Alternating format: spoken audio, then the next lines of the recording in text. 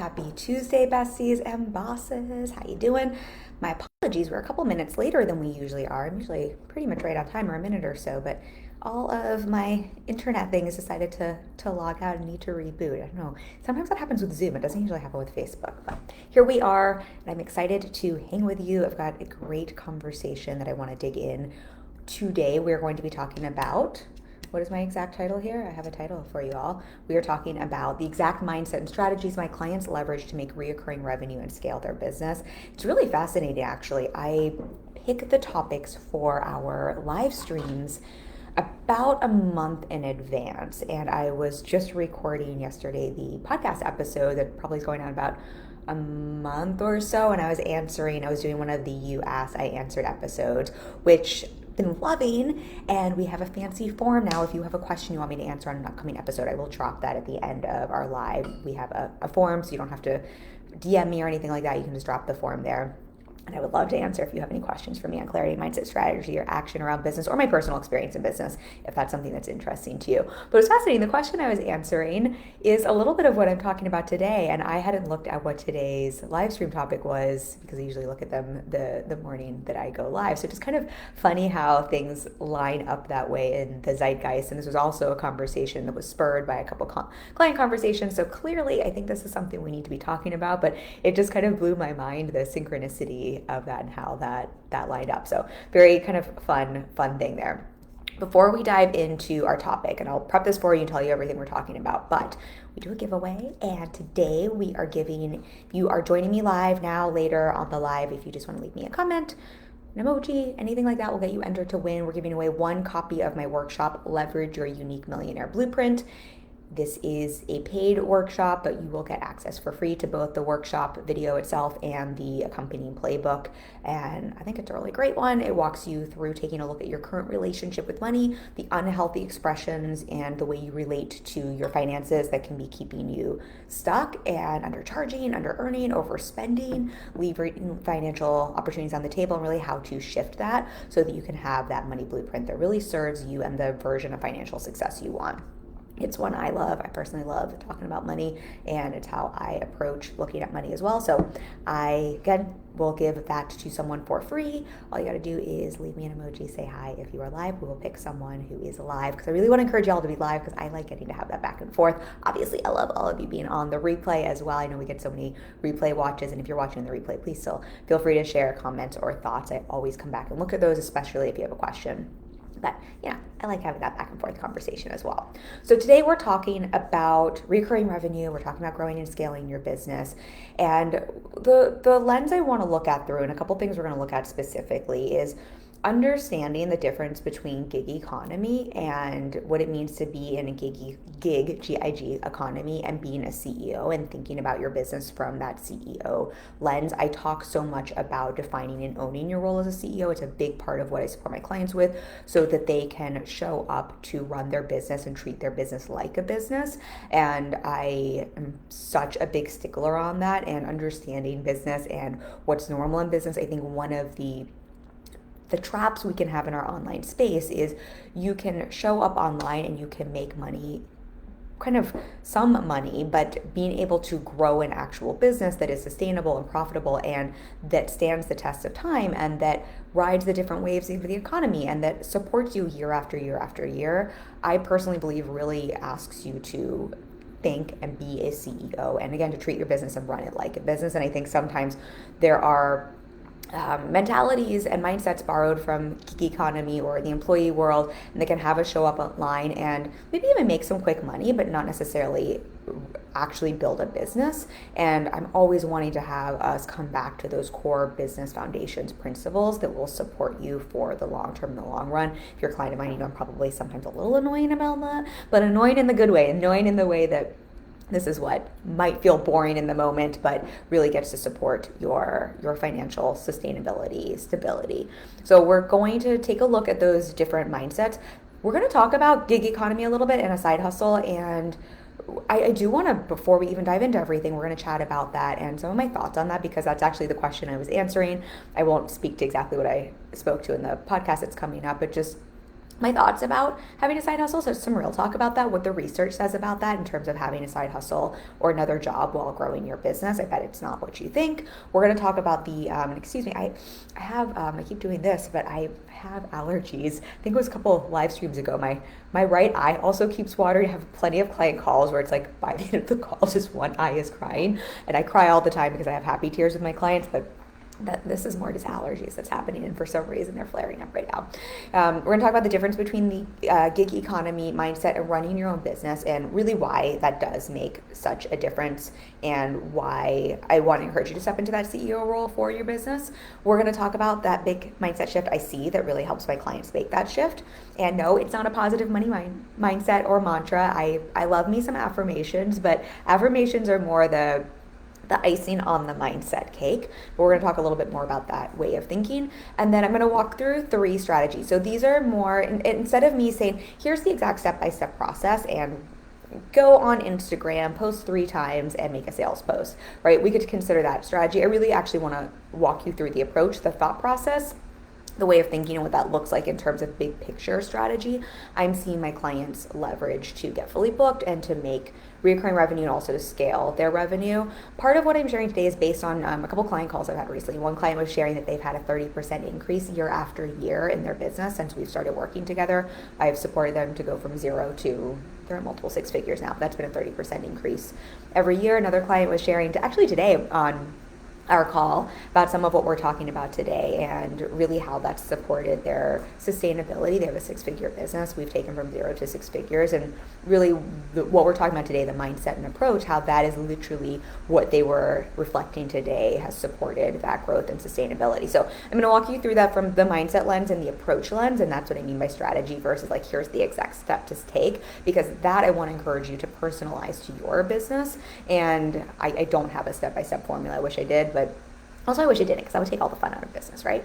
So we're going to dig into all of that. And again, if you're live, say hi, just drop an emoji, and you will be entered to win the Leverage Your Unique Millionaire Mindset Blueprint, or Millionaire Blueprint. Okay, so let's, for just a quick moment, because I did talk about this in the upcoming episode, but let's talk about the difference between a gig economy mindset and a CEO mindset, and just like, should you have a side hustle, a gig when you're starting your business? So if you're on my email list, you saw the email I sent. We were talking a little bit about gig economy. And I think just how prevalent it is, how lucky we are that it exists now. I think there's a gig economy unlike any other we've seen in history. If you need to make some extra cash to pay rent, you can sign up to be an Uber driver. You can be a delivery person for Seamless, or for Uber Eats, or for Grubhub, or for GoPuff, or for, oh my gosh, there's so many. I can't even keep up with them. When I was acting, gig economy looked a little bit more like go get a gig to wait some tables. I waited tables and worked in a bar for 10 years. Or someone might have a job, at a front desk somewhere. They might work at a gym. But a gig economy, the way I really see gig economy, as opposed to even a part-time job, what I think is so lovely about it is these tend to be gigs where you get some of the benefits that I think this is where it can be a little confusing between a gig economy and a business, and that a gig economy still has some of that flexibility. You often get to make your own hours. You often get to, if you work for Uber, for example, I don't work for them from what I understand, you can choose the time blocks you want to work, and you can decide sort of how much you want to work, how much you don't want to work. So there's a lot of autonomy. There's a lot of freedom. There's a lot of flexibility, and often with these roles, you are seen as a contractor, not an employee, right? So it is a little different from an employee mindset in that way. And I think there are more parallels to being a business owner in gig economy than if you're an employee somewhere. And I think, again, because of this, because there's some of that overlap with the autonomy, with the flexibility, with the freedom, and those, I think, are some of the reasons many of us choose to also start a business, right? It can be a little confusing. We're going to talk about why those are different in a moment. What I want to say first, and this is just, again, because this question comes up for clients all the time, this was the question that got submitted for the podcast, but just understanding a little bit about having a side hustle or a side job while you are growing your business. I think some of the messaging that is out there, especially, I think both in the business space and in the manifesting space, is that if you are going to be a successful business owner, you are going to have the mindset, a CEO mindset is someone who's risky and really likes to like go all in and put it all out there. And if you believe in yourself and you're going to manifest a business and you really believe in your business, that you would go all in, risk it all, and you would just like quit your job. And that is the mindset of someone who like knows they're going to be successful and will create a thriving business. And if you really believe in yourself, that that's what you will do. And I personally think that that is super harmful and just frankly not true or what the research says at all. Look, we're not going to have the whole live stream about this today because I've got a podcast coming up around this, but we'll just touch on this really briefly. I think there are certain people who thrive in having a fire lit under their ass and who maybe earn a job that is super draining and super misaligned, and they just need a reason to leave that job, and starting a business is a great reason. And they also might have some financial resources where that is possible for them. And so quitting everything to start their business or to go all in is very serving. I think there's also, everyone has a different financial cushion to support them. So that is not what we're talking about here. But what I see for many people is this, it's sort of like a mindset, manifesting belief, right? If you really believe something, you're just going to go all in and you'll just like burn. It's the whole burn all the ships type of mentality. And what I think is just helpful to know, what I remind clients a lot is, first and foremost, businesses in general, historically, I want everyone here to be the unicorn and to be the exception to the rule. However, we just can't all be the exception to the rule. Otherwise, that wouldn't be, the phrase wouldn't even make sense, right? So I hope you are the exception to the rule. I hope you are the unicorn that this isn't true for. I am here for you to be the unicorn. I am here for me to be the unicorn. And for everyone else, the truth is most businesses take time to become profitable. I don't know the exact stats in our online space. I don't know if anyone knows the exact stats in our online space because it's very hard to get, I think, clean data on this. I think even outside of the online space, if we look at stats for businesses, I think the stats are very murky because of how people report them. But, generally people say it takes a business 3 years to become profitable. I think in the online space, you can become profitable much faster. I would also say it probably took me, how long did it take me to reach 6 figures? I was profitable before then because I had very low overhead, but was it 2.5 years? It probably took me 2.5 years to make my first 6 figures. We were profitable before that, again, because I had low overhead, but in terms of sustainability to be able to pay for my life in New York City, it took me at least a year to make enough to cover my expenses in New York City. All that to be said is, timeline aside, because I also don't want to this is the timeline you need to follow. In general, businesses take a moment to become profitable, and we're going to talk a little bit about that why in a moment. I feel like I've been preaching around that, and that's not to say it has to take a long time or it needs to take you a long time, but that is just generally the truth. And for that, and one of the reasons businesses fail, one of the reasons many businesses don't make it past the first year is because they run out of funds. They run out of resources and runway. This is true for large companies as well as small businesses like ours. And I'm pretty sure everyone here, even if you have a big team, we're still considered a small business. I think if you have under 100 team members, you're considered a small business. So if we know that, I think it's just helpful to understand that for most people, having a way to be financially resourced, both as a human, so that you're financially resourced and your nervous system isn't blown, you're not making business decisions based on scarcity or fear, is going to be beneficial. But also practically speaking, if we know business takes a second to become profitable, and most businesses, or one of the reasons businesses fail in the first year is because they run out of funds, it would make logical sense that having a way to have funds come through to both support you as a human, again, so that your nervous system doesn't get blown out and so that you can meet your base needs, and also so that you can fund your business, because it tends to take investments and money for a business to thrive and grow. And generally speaking, if you have some resources, that's also going to close that timeline down, right? If I have money to throw at ads or to throw at team or to throw at a coach or to, right, you can throw money to speed up the process. So if we know that to be true, for most people, having a side hustle, a gig economy job, some other job to support their business while they're growing their business is going to be wildly beneficial. I love to quote Adam Grant because we all know Adam Grant is quite smart and does a lot of research, and I trust his research.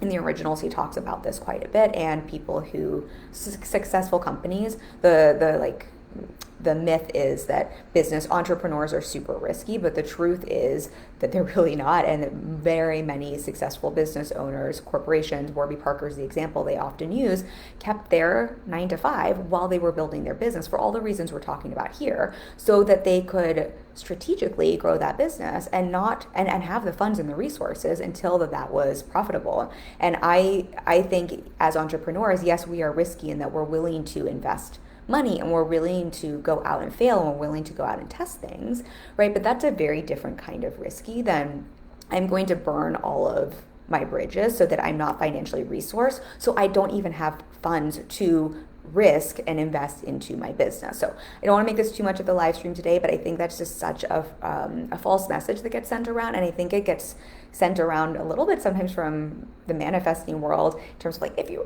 really believed it, you would just quit everything and that would show that you really believe in your business. Don't you believe your business is going to be successful?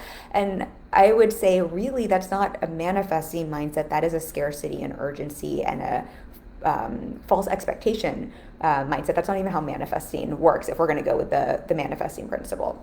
So with that being said, I think there is a place for, I think one of the beautiful things about the gig economy versus being a CEO is a gig economy does give you a lot of the benefits of being a business owner, and that there is more flexibility. You can make your own hours. You can choose how much you want to work. You can turn down shifts or take shifts. You can show up, make some money, and a lot of times it's a kind of clock in, clock out. You don't have to take your work home with you mentality. I do think there are a lot of side jobs that can be detrimental to growing a business because they take so much time and so much energy and so much focus, and they can drain people. And I think what's nice about a gig economy is you can usually, for a short amount of time, make a large sum of money for the time trade-off. You can leave it behind, but you do have that autonomy and flexibility, right? So I think it can be a really nice marriage for someone who is growing a business, because again, not all jobs to support your business are created equally. I shared this in the podcast coming up, but I was offered a 6-figure job when I was growing my business that I turned down. One of the reasons was, yes, it would have paid me well to support me to fund my business, but it would have absolutely been a distraction and kept me from keeping my business as a priority and focus. So I think that's what's so great about the gig economy. But I think what then can happen for a lot of business owners is we start to equate gig economy mindset with CEO mindset. The same way you might equate being an employee and the mindset that serves you as an employee as being a CEO. And there's some really big differences here. And one of the big differences we want to see is that when one of the benefits, right, if you have a side job as, let's say you drive for Uber on the side, one of the benefits is you show up and you just serve the clients that are brought to you. It is not your job to make the offer. It is not your job to sell. It is not your job to market. It is not your job to create demand. It is not your job to create clients. Your job is simply to show up where you say you're going to be the employee essentially in that moment, to show up and your contract worker and to deliver the work that is put in front of you. And really it's to be reactive to what is ever put in front of you and then to clock out, right? Which is almost the complete opposite of what's required for you as a CEO to grow and sustain and scale a business. And so we're going to talk about what those 3 mindsets are, but I want us to see why this can be so confusing, because if you're like, well, I'm so great at making money over here, right? I've got the hustle down, I can show up, and it's like, why is this not translating over here in my business? I think what we also have to see is the hustle literally isn't the same. A lot of times as a CEO, what you are doing is having to create the offer and the demand and the clients, and sometimes you might even want to hire out some of that hustle and pay for it to someone else. So it's literally going to be a different mindset and response. One is gig economy is very, I show up, I serve, I get paid. Being a CEO is very much, I'm taking the big long-term picture.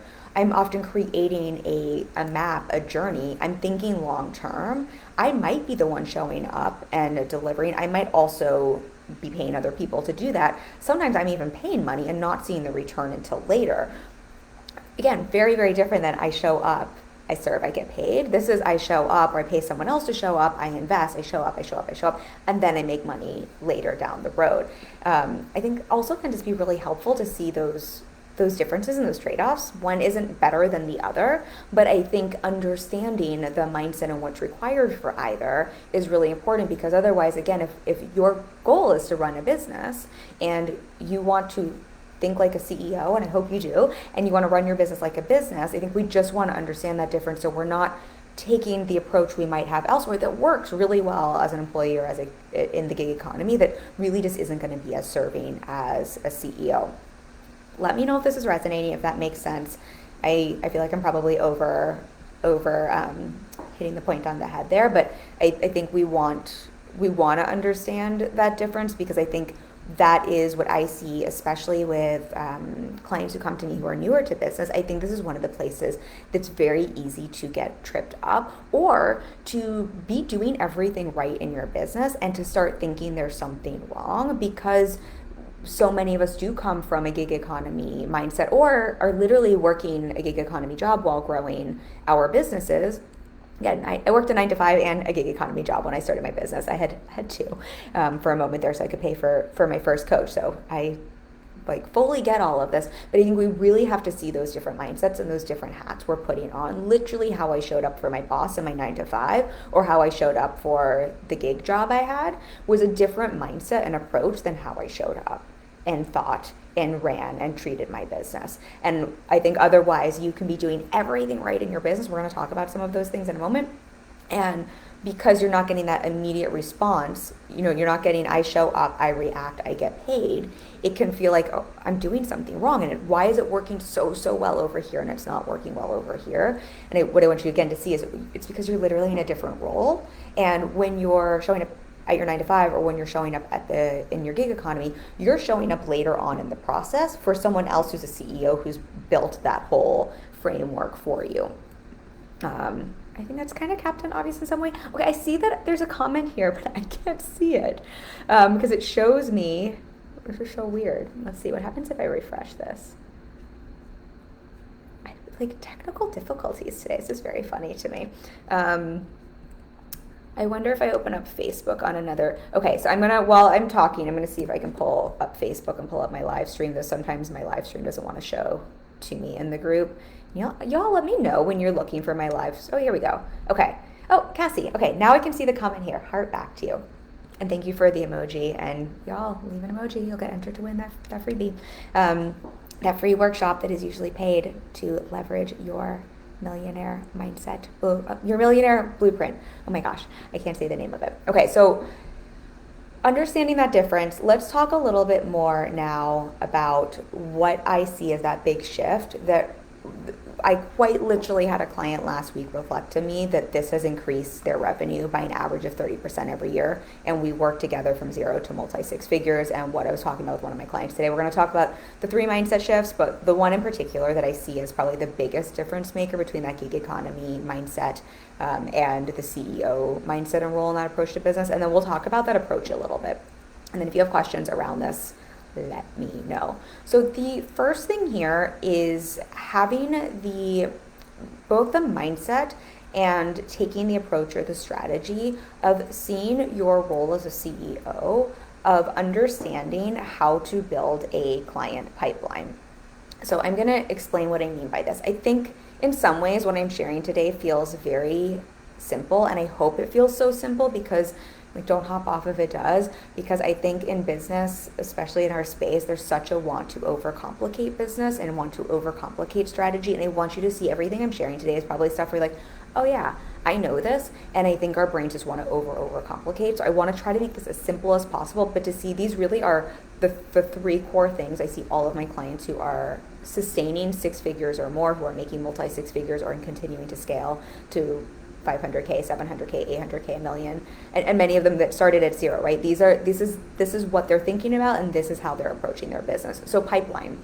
What I mean by this is, again, what we were talking about earlier with gig economy, what you do is you show up, and what you're doing there is you are serving a pipeline that has already been built. You're clocking in, you're clocking out, and you're getting paid for it. That is great, right? That is great for that.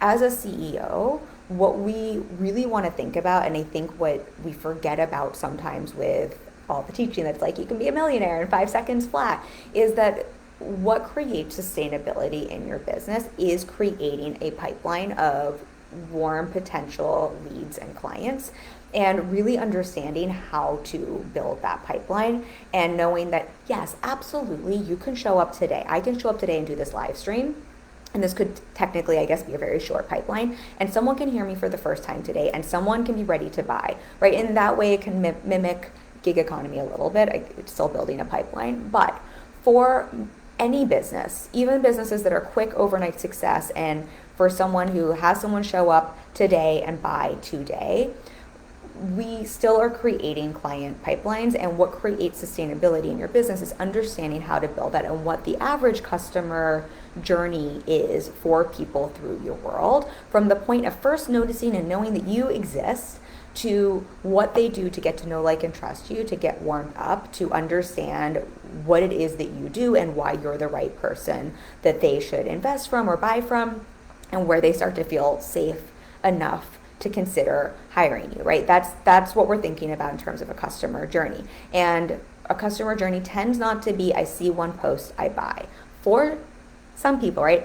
I absolutely have people who have seen one post and booked a discovery call with me and hired me. However, I think what's really important to understand about this, and this is what I was talking about with one of my clients today, who literally had that. Someone saw a post and they booked a free call, and they hired her. And it would be very easy to say that her pipeline is super short and that she has like a whatever that would be, like a couple day client customer journey. Except what we know is that person told her that they have been on her email list or following her content for over a year.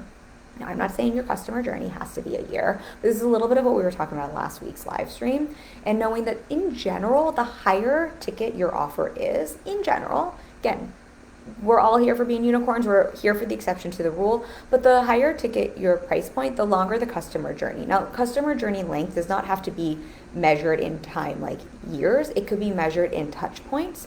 But that means if you're a brand new business and you don't have a ton of content and you don't have a ton of touch points for people to get to know, like, and trust you, right, you're probably going to have, in general, for people that aren't the outliers, a longer customer journey.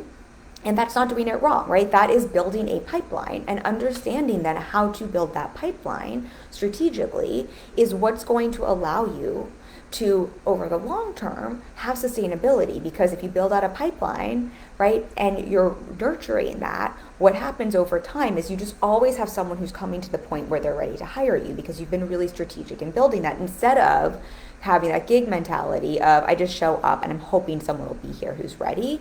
We know as a CEO, no, I've got to put in those touch points. I've got to build a pipeline to get them ready. But then I can have it feel in my business like there's a gig economy person serving those clients to become ready, because every given time there's going to be a seed that sprouts and pops up. And so for this client I'm thinking about, who we were talking about this today, what we really see is she has a pipeline, she has a customer journey, she is really bringing people through that and warming them up. She's taken that CEO mindset, and it seems like, oh, I just put out a call to action and someone hired me right off of that. But that is after a year of moving people through her pipeline, that those two pieces matched up. And it's now it's feeling for her like, oh, I can just put something out, someone hires me. I can just put something out, someone hires me, right? I can put out a post and someone can hire me, and I could share that with you. But the difference, and what we're not always seeing behind that is, but that's also because someone's either been consuming my content, I've been sharing content every single day for 7+ years, or they are brand new to my world or to her world. But now we'll use her as an example. She's been doing this for over a year now. She has enough touch points out there that someone could binge so many live streams, so many workshops, and become ready in a week, right? If someone lands on a sales post of mine today and they're like, this is speaking to me, right? Not only do I have the experience of it, I just know my people so well at this point, but they could go to my website and binge, I don't know, there's probably thousands. I've been putting out stuff every day for, I don't know, there's a lot of content on there, right? There's over 100 podcast episodes. There are hundreds of live streams they could watch. There are hundreds of blog posts, right? There's so much that they could cut that. Let's say it's a year long in terms of timeline. They could cut that down dramatically because the number of touch points are being compounded in a short amount of time. Is this making, let me know if this is making sense for y'all. And I'm going to have to read the comments over here. Shari says, hi, running late, so we'll have to catch the replay for the first half after. No worries at all. The replay will be here. Be curious to hear your thoughts. We were talking about the beginning, some of the nonsense manifesting noise out there that if you believe in your business enough, you'll just never work a side job or a side hustle, and that you would just quit everything because that's proof that you believe in your business, and just how not true that is. Kristen says, yes, this totally makes sense. Thank you. And I love that I can see the comments here. I figured out how to do this. I just can't look in the Facebook thing. Okay, let me go back to my notes here. So I would say here, in terms of thinking like a CEO and strategically setting yourself up to grow and scale, again, if I think about the client who has grown 30% every year since we've worked together, is now making multi-six figures, what we were talking about is really when he was taking a look at his business, the thing he literally reflected to me is the number one thing that was a game changer for me is you reminding me, teaching me, helping me see that I need to build a pipeline and showing up every day to bring people into the pipeline and to nurture people in that pipeline. And that's why now this person was telling me they work significantly fewer hours in their business and they're making 30% more, and 30% more year over year. So that, I don't know what that, I can't do maths in that way, but that's compounded quite a bit. They're at high multi-six figures. But a big part of that is what we're talking about here. And I say this so you can see there's nothing mind-blowing here. There's nothing anyone can't do here. This is very simple, basic, foundational business principles. This is very simple strategy. And of course, there's nuance in terms of what was the pipeline that works for him versus the client I was referencing who we were talking about with the six-figure business, right? They have two different pipelines. They have two different strategies. They have different messaging. Of course, there's nuance within there. I don't want to like dumb down strategy either, but just seeing that it's also not more complicated than that. But that's the big difference, is seeing that and understanding that and knowing that the pipeline might take a moment to fill, and to fill to a point where it starts to feel like there's just always clients popping up, and to allow for that. That's the big difference between thinking and like a CEO, treating your business like a CEO versus that gig economy mindset. And I want to reflect this because I also know I was talking with another client last week, and they were making themselves really, really wrong for exactly what we're talking about here, because they're in the process of and really working on building that pipeline, and they're doing everything right, and they have all the evidence that everything is working. But because of that gig mentality, and because of, I think the online space just honestly teaches not everyone, but I think some people teach this because it's sexier marketing. It gets people to buy things. They were really making themselves wrong because they were really expecting, I show up and I post today, and if it's working, then I have a client tomorrow. And we were just having to talk a little bit about, like, yes, that's true. If you show up for Uber, right, you show up today, if they're doing their business right, because another CEO has built that pipeline and done the marketing, whatever, all the things we were just talking about, there should be a client for you today. Otherwise, that's not working, and that's not really a great job gig economy wise for you to show up for. And we were just talking about that difference and being able to understand and see what it looks like to build a pipeline and how to really trust that is working for you. Just seeing if there's any questions. If not, I will keep going. If you have questions, throw them at me. See if I wanted to share anything else with the pipeline piece. The other piece here, and it's pretty much what we're saying, but the number one thing I see in my clients, and that they probably get annoyed with me sometimes about, but I really see them shift into understanding that when they focus on every day, how do I fill my pipeline and how do I nurture my pipeline, that is where the sustainability, the security, the I don't want to say expectancy because I don't like that word, but just the sustainability in their business comes from, and that's really treating their business like a business. What a game changer that is. And really that's such a way different than being very reactive in business. And I think when I see clients of mine who are maybe feeling a little more stressed in their business, a lot of times there is a more reactive approach where instead of trusting, let me nurture the pipeline, there's a little bit more of, I'm in scarcity, I need to make money today, and what can I do today to get that reaction or that response tomorrow in my business. And again, not that can't happen. I'm not saying you can't. I am all for put a post out today, sell something today, someone can hire you today. And in terms of that sustainable feeling, the pipeline mentality and strategy, I see just really create a lot of ease for people in business. And similarly, I've seen with clients who come to me who have successful businesses, but where things have dried up maybe, And this is what we were talking about a little bit in last week's live stream, because maybe they got a really big pop moment during COVID because so much moved online. And because of that, they were so busy, almost in unintentional gig mentality of service of clients and really being reactive and serving what was in front of them, as you should as a business owner, hiring people and training people to serve what was in front of them. Some of that filling and nurturing the pipeline was getting neglected. And what happens a lot of times with that is we don't see the response of that right away, or the result of that right away. We often see that down the pipeline, right? So you might see that 3 months, 6 months, a year down the road, and then wonder, like, what did I do yesterday that this is happening? But a lot of times it's, what did I do? People say 90 days, but I think for some businesses it could be 6 months or a year ago. So again, not as a way to make yourself wrong. I think if anything, this can be very helpful just to understand, oh, well, this is just why this looks the way it is. I'm not doing anything wrong. It's simply cause and effect. And now I know what to be at cause at in my business to create a different effect without shitting on myself or making myself wrong. Okay. Hopefully, Shari says, yep, totally ran into that issue. I saw this. I think you're talking about probably the COVID piece, or the pipeline piece that I was talking about. I think so many people did. I think it's actually very interesting. I think just to normalize for everyone, it's a conversation I've been having with a lot of clients, so that everyone's not making themselves wrong. I mean, first of all, COVID, no one, like, that was just such an unprecedented, stressful, life-altering, world traumatic, I mean, it does so many things for every human in very different ways.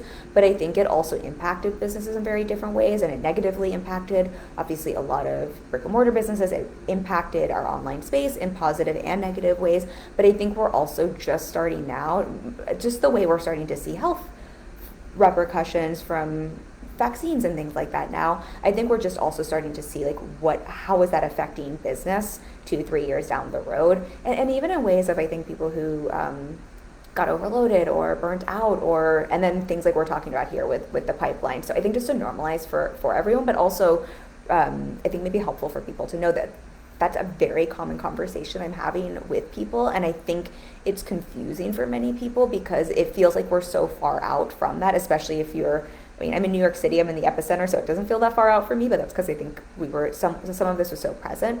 But I think if maybe you weren't in an area where you were as heavily affected in person, I think it can almost feel like, why is this affecting me now? The same way mindset stuff, right? If you had a trauma from childhood or a hard event a couple years ago, it can be very confusing when years later it seems to be affecting how you're feeling or how you're showing up or results. And so I think just to normalize for everyone, so everyone can also give themselves or their clients a little bit more grace, because that was just the reality of the world we were in, and everyone literally did the best they could with what was going on. Shari says, pipeline lead gen neglect due to focusing on sustaining what was right in front. Totally appreciate you sharing that, because I think it's just helpful for everyone to also just have normalized, and just to see, like, I literally have clients who are making $1 million or multi 6 figures, and will come to me and not understand what's happened. And sometimes it's simply this. And I think the other thing, just to give everyone some grace and just to see, like, this is just why it's so helpful to remember pipeline, and just remember always be marketing and for the lead generation. But when, especially with something like COVID, when everything is, or when people are overbooked or maxed out, or like in a season where they're thriving with revenue, it can almost seem like, why would I need to focus energy here? And we need to, like, almost focus, especially if you have limited team support, and it would make sense to focus elsewhere. So I'm only saying this because I know it's not just you, Shari. I know there's, like, so many people, and I think just helpful to normalize for everyone to give themselves grace around this, and also to see, great, then you also know the right problem to solve. And this just gets to be, again, just really easy. So it's not like, oh, I'm not good at what I do, or whatever the noise that comes up for everyone watching. Just really easy thing to see here. Okay, let's move on to the second point, because otherwise, I'll just go down 14 rabbit holes and not hit all 3 today. Second one here, again, this is not anything any of you do not know, but I think it's helpful as a reminder, because I want to keep this, like, these are literally the 3 things I see for everyone. So this second, this is both, I think, a mindset and a strategy and approach. And that is really taking the mindset an approach of testing in your business and thinking as a CEO that your job is really to think like a scientist and to treat your business like a science experiment, as opposed to, I think, with gig economy, right? We really expect it to already be tested and tried and true, and we expect to just show up, right, and be able to make our money and clock in and clock out. And really, that's the way it should be for a gig economy job, or even if you have like a side hustle. When I waited tables, I was not going to put in my time at the bar hoping that they were still testing and figuring out if their drinks were good and if people were going to come and if their food was good. They need to have figured that shit out, because I wanted to show up and to sell my face off and make my money and go home. And so I think just seeing that is, again, just the big difference. And I think where sometimes we can get it confused in business, and what I see through my clients and what I think is really helpful to remember is, as business owners, none of us know the answers in advance. I know our egos want to think we will, but I think having that mindset of I'm going to know the answers in advance, I'm going to know what to expect in advance, is one of the things that can keep a lot of people stuck. A lot of my clients who are newer to business, or clients of mine, I actually find clients who are further along and are making far more money, but they're looking at either creating a new big offer or a second or third business, which sometimes can happen. I think sometimes, then I was talking about this on Instagram recently, but I think sometimes you can almost know too much for your own good, and that can create this mentality of like, well, I need to know all of the answers in advance, and that is how I'm going to make money in my business. And what I see is nothing will stall your results faster than waiting to figure everything out, waiting to get all the data points, waiting to be sure, waiting to or expecting to know exactly where that next client, exactly what funnel is going to work, exactly what opt-in is going to work, exactly what messaging is going to land. And I know everyone knows this, but just to I get to see this all day, every day. The truth is, none of us know. What we do is we want to take the mindset of a scientist. And what does a scientist do? A scientist doesn't throw darts in blindly. A scientist is not like, oh, I don't fucking care. Let's just try this experiment and see what happens and cross our fingers and hope we don't blow something up. Scientists are educated. Scientists look at the research. Scientists make a hypothesis. They make an educated guess that they hope, they know what they're doing, and then they run a test. But they don't run a test expecting a certain answer. That's actually really bad research. If you run a test and you try to force the answer, right? That's the shady research that we then see online. We're like, who funded this research? Right? But that's how a scientist is approaching a test and a research, and then they collect data, and that informs what they're going to do. That's what we're doing in business all day, every day. And so if we're taking the approach and the mindset of I'm gonna have a pipeline and I'm going to fill it, and I'm going to focus on filling it, and I'm going to focus on nurturing it. Within that, how can we also hold the mindset of being a scientist and testing, and knowing that the in air quotes best or fastest way for you to fill your pipeline might change, right? We take an educated guess based on what we think we know about your people and your audience, and we go with that, and then we look and see how is that test performing, and we make adjustments if necessary. The same with your messaging, the same with your content, the same with your offers. And I feel like this is one of those live streams where I feel like I keep saying this is very simple stuff that everyone knows, but I think sometimes it's helpful to see it's also not more complicated than that, but to give yourself that permission, because I do think sometimes when there's so much information online, it can feel like, well, someone else knows the answers in advance, or someone else knows before they put something out, and the truth is literally no one does. But the difference is having that mindset of knowing that and understanding, well, how can I take that testing mentality? Hold on. Cassie says, what are the most common ways to build your pipeline? I'm going to come back to that. I just want to see what the other question is here so I don't lose it. But thank you, Cassie. That's great. Shari says, yes, and wholeheartedly agree that 3 to 6 months is a good rule of thumb to see effects. I recommitted to lead gen in January and started seeing those translate in late April, May, and now June. I love you, Shari. Thank you for saying that. I think that's just so helpful because everyone knows you're smart, you're great at what you do, you're an excellent coach. I think it's just so great for people to hear that. And I would say for me as well, if this is helpful for everyone to hear, I have a high ticket offer. I'm not high ticket, but I'm not low ticket either. And I would say my timeline's probably 3 to 6 months. So I can have those outliers that land on a piece of content today and hire me tomorrow, but that's just because there's 7 years of content again. And I only know that because someone will say, I found you a week ago because of this post, and then I binged all of this content. Otherwise, we see about the same, up to a year, I would say, for for us in terms of like how long someone can go through my process. And that's helpful for everyone to hear and just to normalize. And just for everyone to hear, one way is not better than the other. It's not like the client who comes to me after a year of being on my email list is any better or worse of a client than the person who found me yesterday. And they're both equally amazing and lovely, but in some way the person who's been more nurtured by me knows me and my work that much better, and there can be a benefit to that as well. The difference is more if you're not aware of that and you're in that year gap and you don't have people popping up all the time. It can feel like, what the F is going on? Whereas if you're constantly filling your pipeline and constantly have people popping up, it just always feels like there's someone ready, especially after 7 years. Cassie, so what are some of the most common ways to build your pipeline? So what I would think about with this, just to make it super simple with your pipeline, is thinking about this as starting a relationship and then building and nurturing the relationship. And so thinking about to start the pipeline is, how are you getting in, what's the easiest way for you to get in front of new people, essentially to get visible, like a visibility strategy, and what's the easiest way for you to essentially like, hi, I'm alive and I'm a business owner and this is what I do. And then what's the easiest way for you to invite people into your world to get to know you and like you and trust you. I know that's such a cliche phrase, but it is for a reason, a little bit better. So I think some of the common, we're all on social media here. I think most people then have some form of social media platform as their visibility strategy, whether that's Instagram, a Facebook group like this, TikTok, LinkedIn. I don't know, some people are on Reddit, but usually there's something like that where we're getting visible. And I think about this, if we think about offline, that might be the equivalent to if you had a coffee shop, you might make one of those sandwich boards and write coffee inside and put it on the sidewalk, right? It's like, how are we first starting that relationship? And then most people then are going to have some way to get in front of other audiences, right? You might share content in my Facebook group.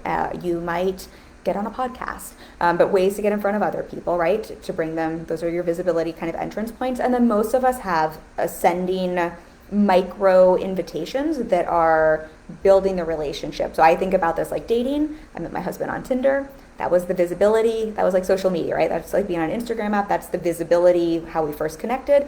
And then we went on a series of dates that ascended in terms of like the depth of the relationship, that eventually then we like went steady and then moved in together. But our first date was far more an easy yes and less scary for me to say yes to than, a couple months in where it was, maybe going out to a long night's dinner or having a sleepover. So I think thinking about that, it's like such a easy way to think about this here. Kind of what's your dating app? How are you getting in front of people, that visibility? And then what are your invitations to bring people into your world? And how can you have those be varying degrees of commitment? This live stream here, this is a way that I'm nurturing people in my pipeline, right? But this is a very easy yes. You can hop on, you can hop off. You don't even have to comment unless you want to. I have a free coaching call that I offer, or we do a free masterclass, but both of those are they ask more, they're a larger commitment, right? You have to sign up and show up and be there in person or put your name and email address in. So thinking about it that way can be a really great way to think about your pipeline. Okay, I don't think there was a comment there, but if you have a follow-up question, let me know. That was a great question. Okay, so the testing approach is the thing I want to say there. So what I mean by this is because I think otherwise, and I know I'm like preaching to the choir here. I'm preaching to everyone who knows this, but I think otherwise it can be very easy to think I have a pipeline, I have a strategy, and then I just set it and forget it. Or we talk so much about rinse and repeat, and that's what's going to work in business. And of course, I have a well-oiled business. We rinse and repeat so much, but that doesn't mean we're not always testing and we're not always looking at what our hypothesis is bringing us back in terms of data, and then we're not adjusting and tweaking. And what I would say here is testing, getting that data, adjusting and tweaking is very, very different. That is CEO mindset, right? And that's what works really, really well to keep improving your results, to close that timeline, to close that gap, to close that customer journey, to increase the people who are coming through. That is very, very different than I think what is the gig job world mentality, which is if I show up for something and there isn't a result, I'm going to bounce, as you should in the gig economy, right? If I signed up to be an Uber driver and there was never anyone who needed a ride because I lived in like a small town, I'm probably not going to keep showing up for like that. I'm done, right? if I show up to my waiting tables job and like there's never anybody coming through, I don't need to test that, right? I don't need to like I'm out of there. But I think what happens is we can take that mentality and think that that means testing and test a strategy and be like, well, I tested a strategy. I tested running challenges in my business and no one showed up and it didn't work, so I'm going to bounce. And what I want to offer for you as a business owner, and the difference with testing is testing doesn't mean like pass fail. Testing is we have a hypothesis, we get that data, and then for most people it's going to be how do we then take that to refine, to tweak, to adjust, to pivot if necessary, not to jump and abort ship or to say this isn't working. Rarely is something completely not working in your business or with your strategy. And then just to what Shari was saying and giving evidence to and what I was just saying, and I think remembering then as well the timeline component there when we're testing something is that's the big difference between gig economy and being a CEO who's running your business and treating your business like a business.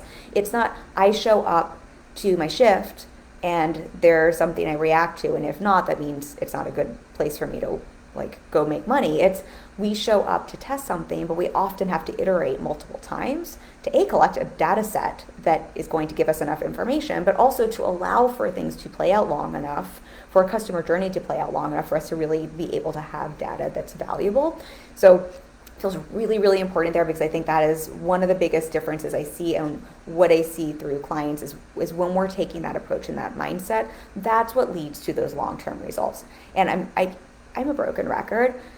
Long-term results, meaning you can have results today, and also the timeline is just different for everyone. I love to be the example that it took me a hot second to make my first 6 figures in business, and that doesn't mean I was doing anything wrong. That's just the timeline it took me, and now we make great money, and that's great too. And all of it is great, but I think we get so in this online space where it's like if it is not instantaneous, it's the gig mindset or the gig job mindset, there must be something wrong, or you must be doing something wrong, instead of what if you're just building your pipeline, and what if you're just testing, tweaking, and adjusting, and what if that is actually leading to your long-term results, and really thinking that way and thinking long-term instead of just the immediate reaction, that immediate gratification piece.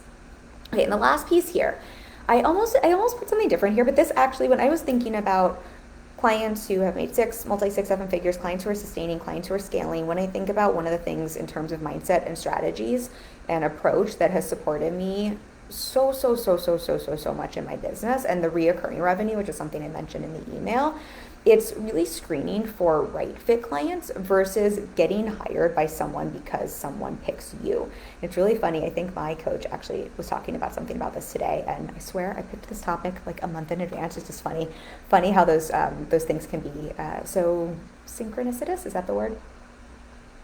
But this, I want to explain this through the gig mentality versus CEO lens, and then also help you understand how this really supports your reoccurring revenue.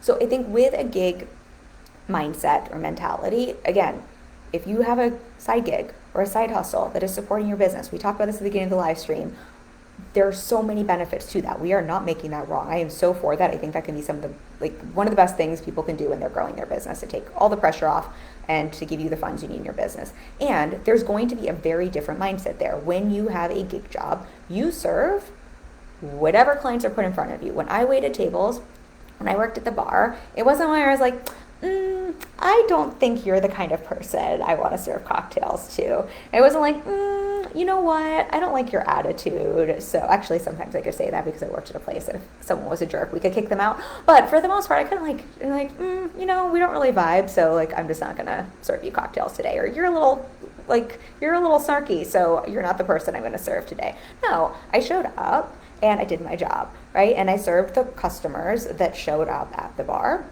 And I served them really well, and then I made my tips, and then I went home. As a CEO, and what I think can really support you is seeing there is such a benefit to seeing that can be very serving for a gig mentality, for an employee mentality. But as a CEO, especially if you are the person serving your clients, what I have seen and what I think has supported my business so tremendously, and supported the sustainability and supported making reoccurring revenue, is really holding a high value for working with clients who are a great fit and screening for great fit clients.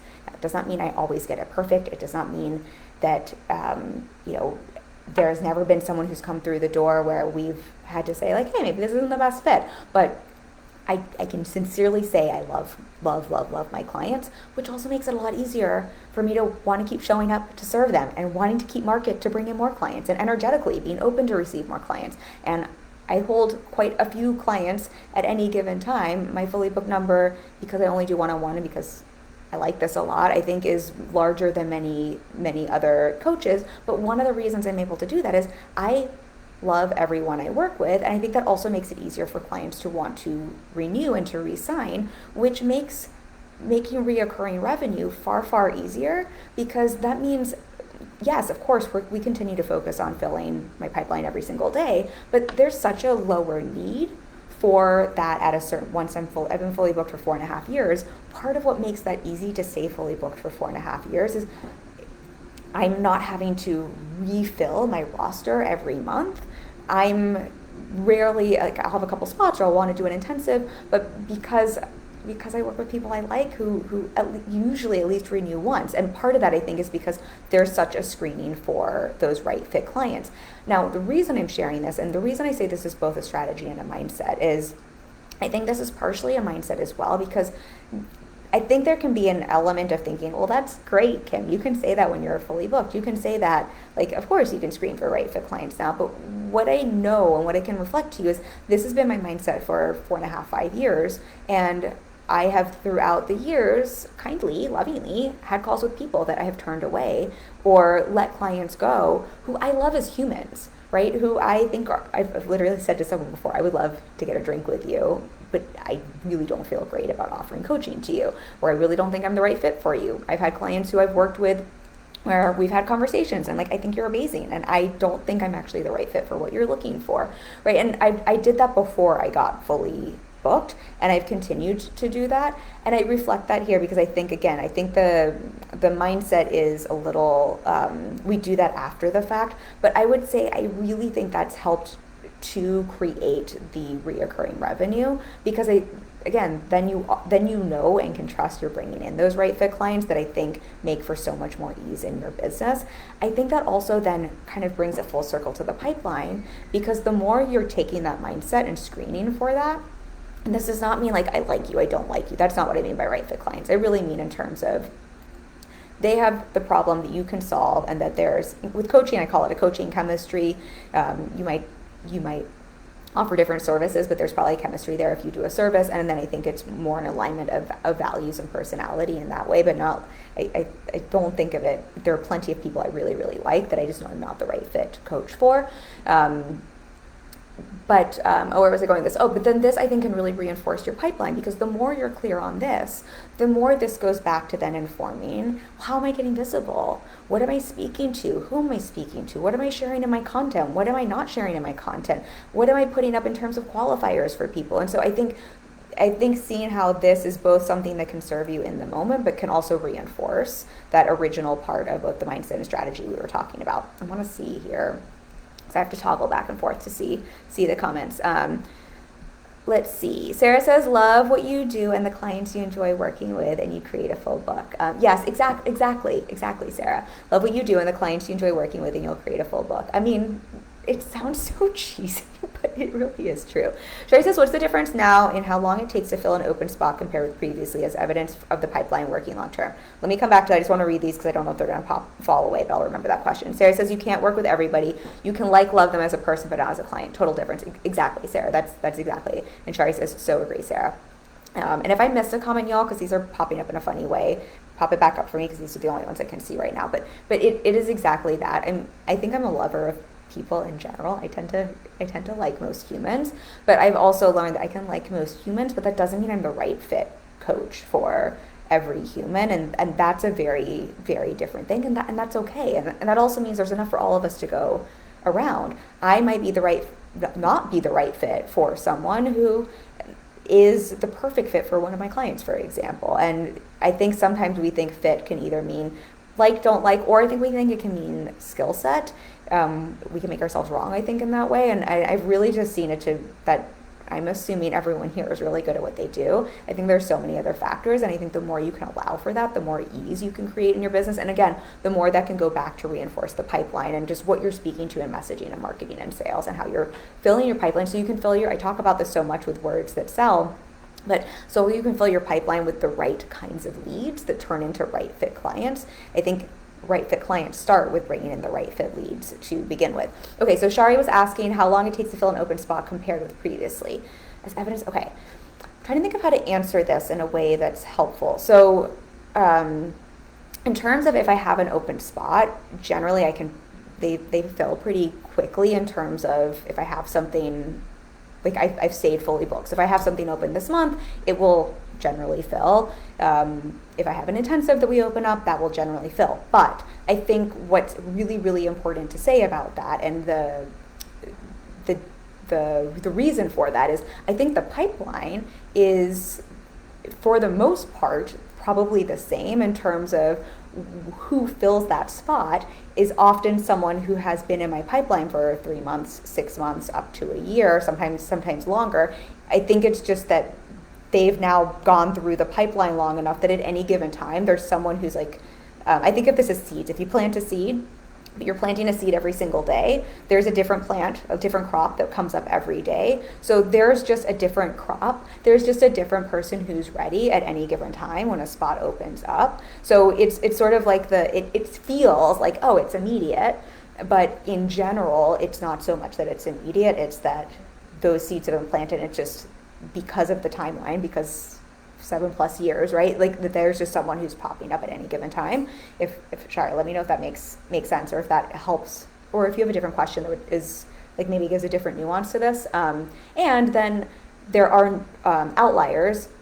I have a client right now who I'd say she said she saw one promo post in my group. It spoke to her. She booked a call. She hired me that week. So that's a week pipeline.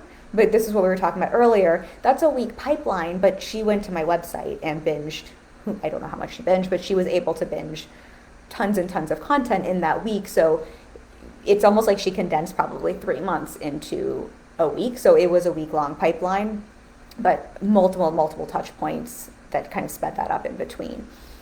Shari says, yes, totally with you. Their buyer journey is the same, but there's enough volume longevity that it fills with days, weeks now. Is that accurate? Yeah, exactly. And then, there's the outliers, but then similar, I think what can cut the timeline down is just there's so many touch points that someone can access. So I'm really always available for both, but in my mind, I'm like, it's all great. I think there's benefits to both. I personally, well, no.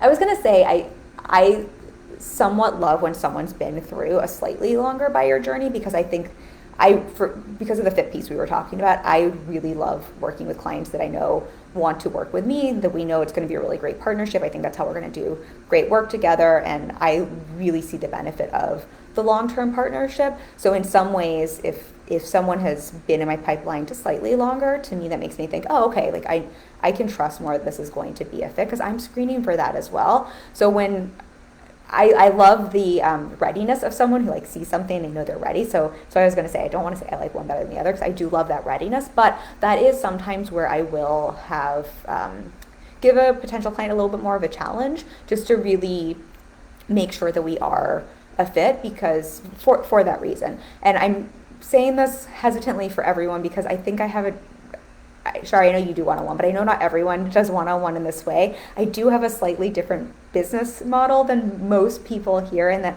I only do one-on-one, and what lights me up is being in the weeds with my clients and talking to them every day and working. I've had clients with me for 4 years plus, so that lights me up. So I'm going to want to screen in a slightly different way, and for many of you with your offers, that wouldn't even make sense. So please don't everyone hear this and think that that's not what's going to be right for everyone. That's what's right for me.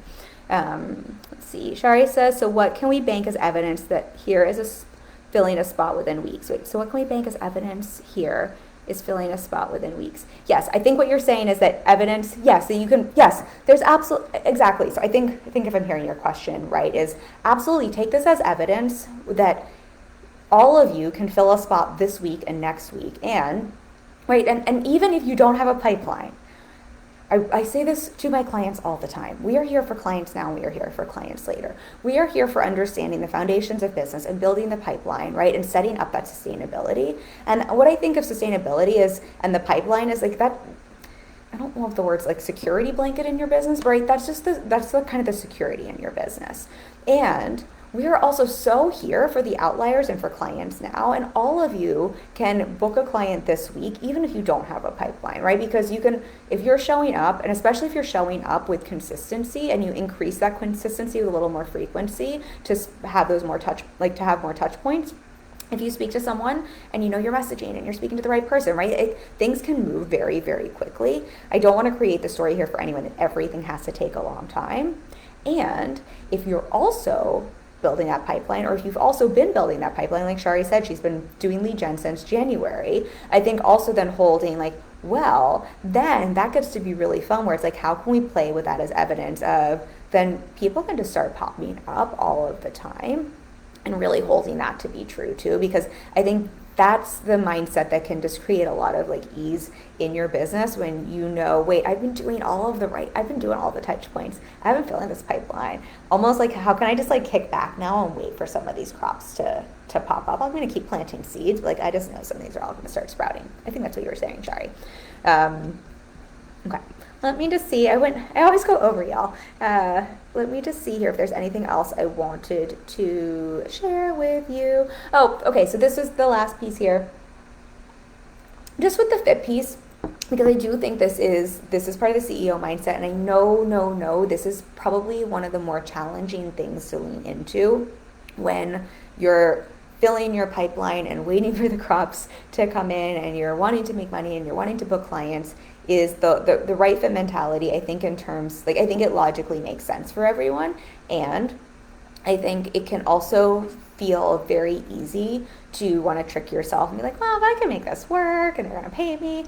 And I really want to invite everyone to see an opportunity and to see really, really, really the more you look to build your pipeline with right fit leads and really look to screen for those right fit leads and practice listening to your gut. Practice trusting that if you say no to a client or a potential client that's only going to serve you and your business now and later.